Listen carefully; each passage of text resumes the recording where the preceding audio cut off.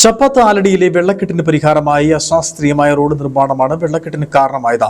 Idukki vision വാർത്തയെ തുടർന്നാണ് മലയോര ഹൈവേ നിർമ്മാതാക്കൾ നടപടി സ്വീകരിച്ചത്. പുളിയമല കുട്ടിക്കാനം മലയോര ഹൈവേയുടെ അശാസ്ത്രീയമായ നിർമ്മാണം മൂലം ആലടി ടൗണിൽ റോഡിൽ കൂടി വെള്ളം ഒഴുകുന്നത് മലയോര ഹൈവേ നിർമ്മാതാക്കൾ പരിഹരിച്ചു. വേനൽ മഴയിൽ ആശുപത്രി റോഡിൽ നിന്നുള്ള മുഴുവൻ വെള്ളവും ടൗണിൽ മലയോര ഹൈവേയിലൂടെയാണ് ഒഴുകിയത്. വർഷകാലം തുടങ്ങിയതോടെ വാഹനങ്ങൾ, കാൽനടക്കാർ തുടങ്ങി എല്ലാവർക്കും ബുദ്ധിമുട്ടുണ്ടാകുന്ന വിവരം ഇടുക്കി വിഷൻ റിപ്പോർട്ട് ചെയ്തിരുന്നു. തുടർന്നാണ് മലയോര ഹൈവേ നിർമ്മാതാക്കൾ നടപടി സ്വീകരിച്ചത്.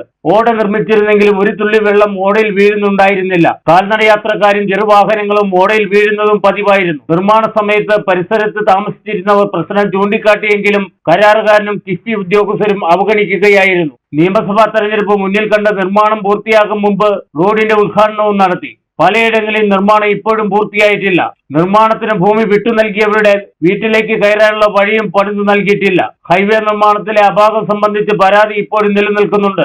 ആലടി ടൗൺ റോഡിലേക്ക് ഒഴുകിയെത്തുന്ന വെള്ളം ഓടയിൽ വീഴാനും ഇരുമ്പ് ഗ്രില്ലിട്ട് ഓടയുടെ അപകടാവസ്ഥ പരിഹരിക്കാനും നടപടി ഉണ്ടായതിലുള്ള ആശ്വാസത്തിലാണ് ആലടി നിവാസികൾ. Idukki vision news, Upputhara.